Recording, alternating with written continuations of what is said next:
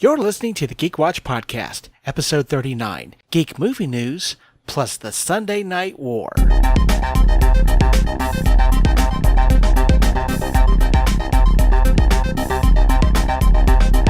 This is the Geek Watch Podcast with Brian Hatcher and Mandy Petrie.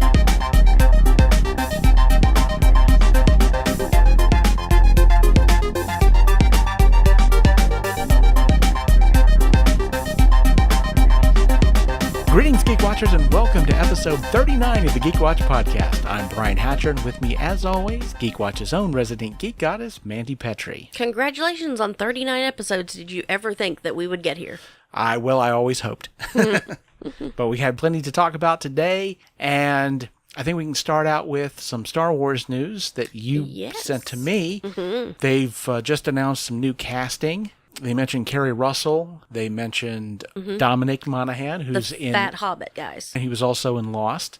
Mm-hmm. But the one name that, of course, stood out was Matt Smith. Matt Smith, the Doctor. The 11th Doctor is now going to be in Star Wars. Mm-hmm. Now, all they've really been saying is that this is going to be a substantial part, but they haven't said anything about what he's going to be playing. Mm-hmm. Well, they haven't said what anybody's going to be playing, really. But there is that one Star Wars rule, which is if you have an English accent, you're most likely a bad guy. Yeah. Now, the only exception I can think of for that, of course, is Obi-Wan Kenobi. Guinness. Yeah, Obi-Wan Kenobi. But everybody else is pretty much a bad guy, so I think we're going to be... And that's a big thing with American films. British people, or anyone really with an accent, being the bad guy. We have this, no, not our boys, not our people. Americans can't be bad, so we have to make our bad guys Well, the foreign. other thing, too, is that with that English accent, they just sound so intelligent, and they just seem like a bigger threat, I guess. This, of course, won't be the first time that Matt Smith has played the villain in a science fiction movie. He played the role of the AI Skynet in Terminator Genesis. Mm-hmm. We don't really talk about that movie too much because it really wasn't that good a film. Mm-hmm. So I guess we're going to have a bit of a wait before we'll have any idea about Matt Smith. I don't know if they're even going to bother to announce who he's going to be playing. And to be honest, I don't know if it's going to be a name we're going to recognize until we see it in context. Mm-hmm. I got to be honest, that's one of the things I'm worried about with the new Star Wars movie is with all the stuff that happened with the last movie and with Solo, they're going to be doing a lot of building in this last movie, which is really not a place where you want to do that. Right, not introducing anything new. Something I'm kind of hoping for is maybe we get the Knights of Ren finally. Those were built up in The Force Awakens, and we didn't get any of them in Last Jedi. Well, the thing about it is, with Kerry Russell playing in The Americans, and she's a badass Russian spy, there has been some speculation that she might be playing one of the Knights of Ren, which would be amazing. Mm-hmm. But like I said, one of the issues I have with Episode 9 coming up is that they're going to have to front load a lot of stuff. One, because with Rian Johnson, it looks like that J.J. Abrams is coming back to retcon a lot of stuff that Rian Johnson retconned and decommissioned in Episode 8. And so they're going to have to reset a lot of things, which is not going to be good. This does bother me a little bit because, why do you give a director carte blanche to do whatever they want in the movie? I mean, you're setting up a trilogy. They have to work together. You can't bring somebody in who just wants to subvert expectations. I mean, you have to be playing to the long game. I mean, you think about the original trilogy and The Empire Strikes Back. They left you with, oh my God, they've stolen Han Solo. How are we going to get him back? And by the way, Darth Vader is Luke Skywalker's father. And so there was a lot of interest in finding out where's all that going to go. And I think of Episode 8 and what big questions that they left, and there really aren't any. There's not any burning questions that I'm just waiting to see Episode 9 to answer. They didn't leave you with anything like that. And they really should have, because that, of course, would have stirred interest for 9, but they're going to have to basically front load a lot of that stuff into the beginning of Episode 9, as well as, like we said, re-retcon, un-retcon a lot of the stuff that they did in 8. And so... Yeah, that's very complicated. It's going to be very complicated, and especially not only because the fact that Episode 9 is the end of this trilogy, but it's supposed to be an end of all 9 films. They're supposed to wrap up everything in this movie. This is supposed to be the end of the Skywalker saga. Mm-hmm. Yeah, that's a lot of weight for one movie to carry. And you're going to be again, introduced to a lot of characters we've never heard of before. How are they going to tie all this stuff in? I mean, it'd be like if we went into Avengers Infinity War and we didn't really know the characters. I mean, that's a tall order. There will be characters in episode 9 that we do care about. Well, I think of like Jabba before 1997 when they put Jabba into New Hope.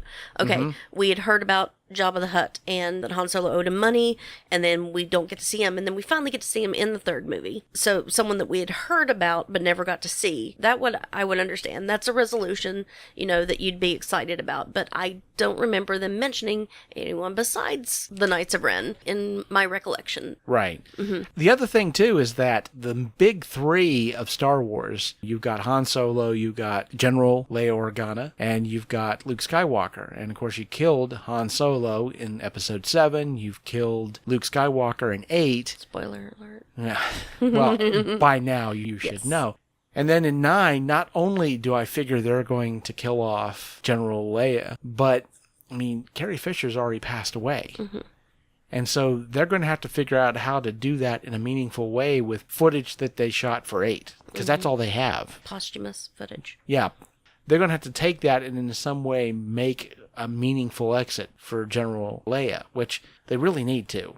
I mean, with that character, for a lot of reasons, deserves a really good send-off. And so that's a lot of weight to put on episode 9. Yep. It really is. And I'm going to keep my fingers crossed. Yay. Definitely. Now, also, I wanted to talk to you about some pictures that showed up on the internet for this week's Entertainment Weekly, which is supposed to be coming out on Friday. And the cover for this issue is Brie Larson as Captain Marvel. Yes. And she's in the full red, blue, and gold uniform. And inside... The one that is very familiar, that everyone knows. Right, It's not green. Yeah, it's not the green one that we've seen. This is the full-blown deal. And there were pictures inside, and of course, by the time you Geek Watchers out there are listening to this, the issue is going to be out on stands already. But they have released some of the pictures, and we got a chance to look at them, and I gotta say, I'm excited. There's a lot of stuff going on. We got our first look at the Skrulls. We got our first look at Jude Law as Mar-Vell. We got our first look at young Nick Fury.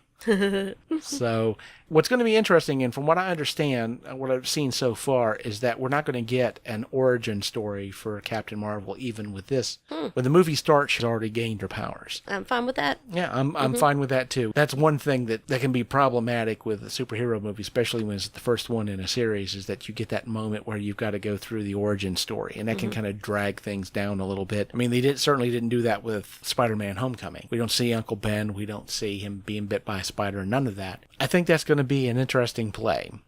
Because, I mean, honestly, Captain Marvel's origin, a lot of it has to do with the fact that she is a human Kree hybrid. And there's a bunch of other stuff that gives her her powers, but hitting the ground running, I think, is going to be pretty cool. One thing I have to say, though, is that the hype train was heavy. When Entertainment Weekly posted these pictures were out, they said that these are the pictures that are getting ready to break the internet. And that's kind of like saying, well, this is the movie that's going to win the Oscar. Yeah.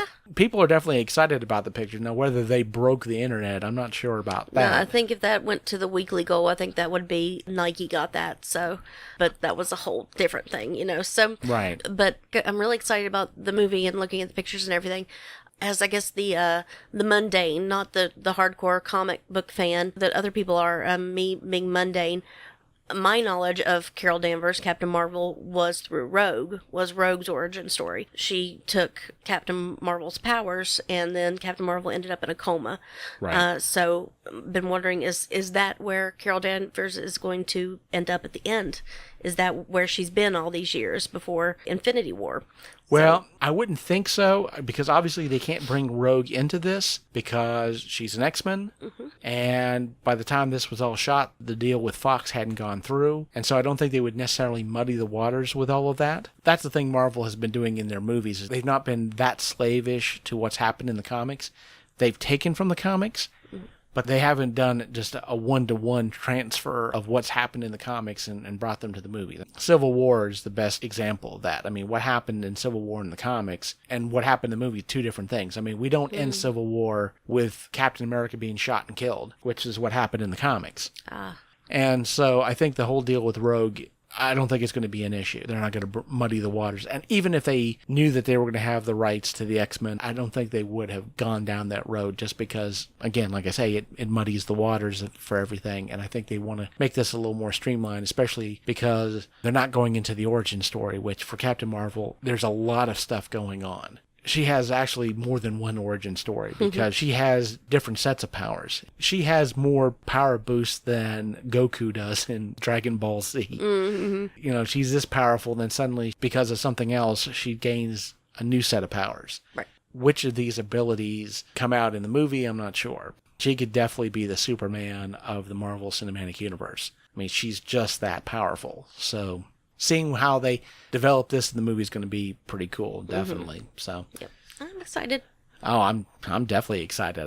2019 can't get here soon enough for me. So, now there's one other thing I wanted to talk about, and this is the surprise. This is okay. Yeah, it's something we hadn't talked about beforehand because we were talking some Doctor Who, and they finally announced when Doctor Who's going to be coming out. Doctor Who is going to be premiering on Sunday, October the 7th. Okay. Which is a big deal for a couple of reasons. One, they're moving Doctor Who from Saturday to Sunday. Okay. So normally Doctor Who would appear on Saturday, which... Right. Now, I watch Doctor Who on Apple. I buy it from iTunes. And what they would normally do is it would show on Saturday night, which I wouldn't watch it on BBC America because I hate commercials. I would just buy it on Apple, but I wouldn't get it until Sunday morning. So I'm wondering if I'm not going to be able to see Doctor Who until Monday morning. But that's not the big thing. The big thing is that the season premiere for The Walking Dead, Season 9... Oh, no, really? ...is Sunday, October the 7th. Oh, wow. Dr. Dead. Yes. The Dr. Dead. Now, this is what I don't know because BBC America has not announced when they're going to be showing Doctor Who. Now, if they show it around 8 o'clock or so, then you're not going to have any kind of conflict. But that's 5 hours ahead of us, too. Well, I mean, BBC America, I'm talking about 8 o'clock Eastern Standard Time. Okay. So if they show it on BBC America 8 o'clock Eastern Standard Time, well, then you can watch Doctor Who and then you can go over to AMC. But if my memory serves me correctly, usually episodes of Doctor Who, I don't think they played them at 9. Oh, no, it seems kind of late for the kids. It does seem kind of late for the kids. So I'm not sure. But if for some reason they play Doctor Who at 9 o'clock, now we have a conflict. So the Geek watchers out there are going to have to decide, well, am I going to watch Doctor Who or am I going to watch The Walking Dead? They'll have to alternate their DVRs. DVRs this Sunday, we're living The Dead. Next Sunday, we're living The Doctor. Well, and we'll switch it. Well, you know, the thing about it is I know a lot of people who are fans of The Walking Dead, they know how bad spoilers get. So they might be forced to watch Walking Dead just so they don't get the whole thing spoiled for them.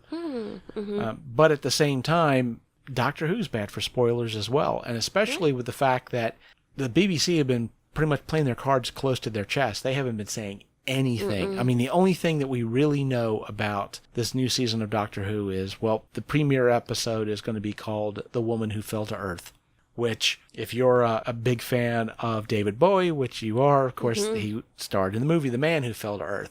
Well, like I was saying, the first thing, of course, we know about the first episode for Doctor Who, but we also know that there's not going to be any classic monsters or any recurring characters that we've seen in previous episodes of Doctor Who appearing in this season, so everything's going to be brand spanking new. Obviously, there's going to be a lot of spoilers out there because the people are going to want to talk about what's been going on, and so it's going to be very difficult, I think, for Geek Watchers who are fans of both The Walking Dead and for Doctor Who.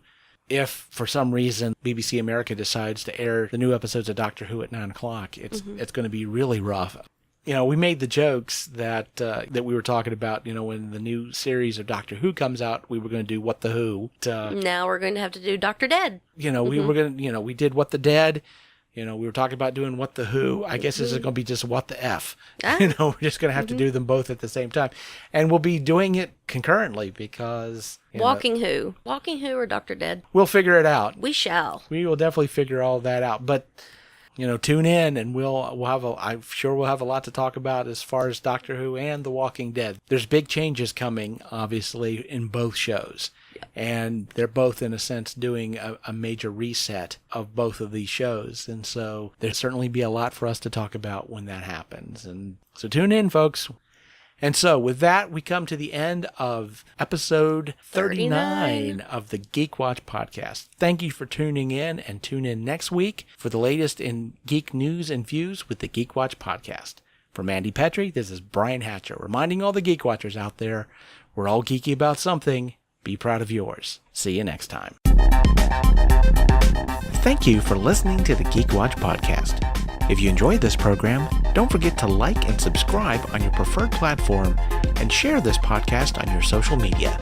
For links to all the ways you can listen to the Geek Watch podcast, as well as leave comments and suggestions, visit our website at geekwatch.net. The Geek Watch podcast is a Hanging J production.